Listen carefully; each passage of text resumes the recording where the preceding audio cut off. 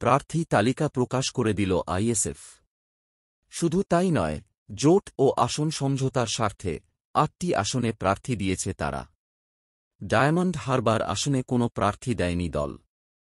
নওশাদ সিদ্দিকী ওই কেন্দ্রে প্রার্থী হতে চেয়েছিলেন। শেষ পর্যন্ত তিনি কি সেখানে প্রার্থী হবেন, সেই প্রশ্ন উঠছে। বামেদের সঙ্গে আসন সমঝোতা হয়নি আইএসএফের, যদিও তারা এখনও আশা করছেন আসন সমঝোতা হবে। সেজন্য বৃহস্পতিবার মাত্র ৮টি আসনে প্রার্থী দিয়েছে আইএসএফ। যাদবপুরে আইএসএফ প্রার্থী দেবে, এই কথা আগে জানানো হয়, কিন্তু এদিনের তালিকায় যাদবপুরের নাম ছিল না। মালদহ, জয়নগর, মুর্শিদাবাদ, বারাসাত, বসিরহাট, মথুরাপুর, ঝাড়গ্রাম, শ্রীরামপুর এই ৮টি আসনে প্রার্থী দিয়েছে আইএসএফ।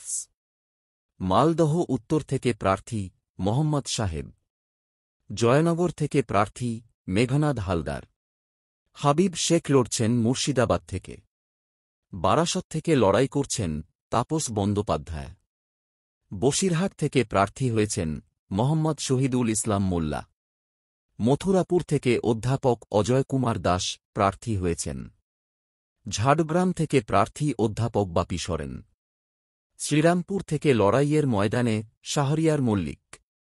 যাদবপুর ও ডায়মন্ড হারবার লোকসভা কেন্দ্র থেকে প্রার্থী দেয়নি আইএসএফ। ডায়মন্ড হারবার লোকসভা কেন্দ্রে লড়াই করতে চেয়েছেন নওশাদ সিদ্দিকী। অভিষেক বন্দ্যোপাধ্যায়ের বিরুদ্ধে ভোটে জিতে তিনি সংসদে যাওয়ার কথা বলেছিলেন, কিন্তু এদিন দেখা গেল নওশাদ সিদ্দিকীর নাম প্রার্থী তালিকায় নেই।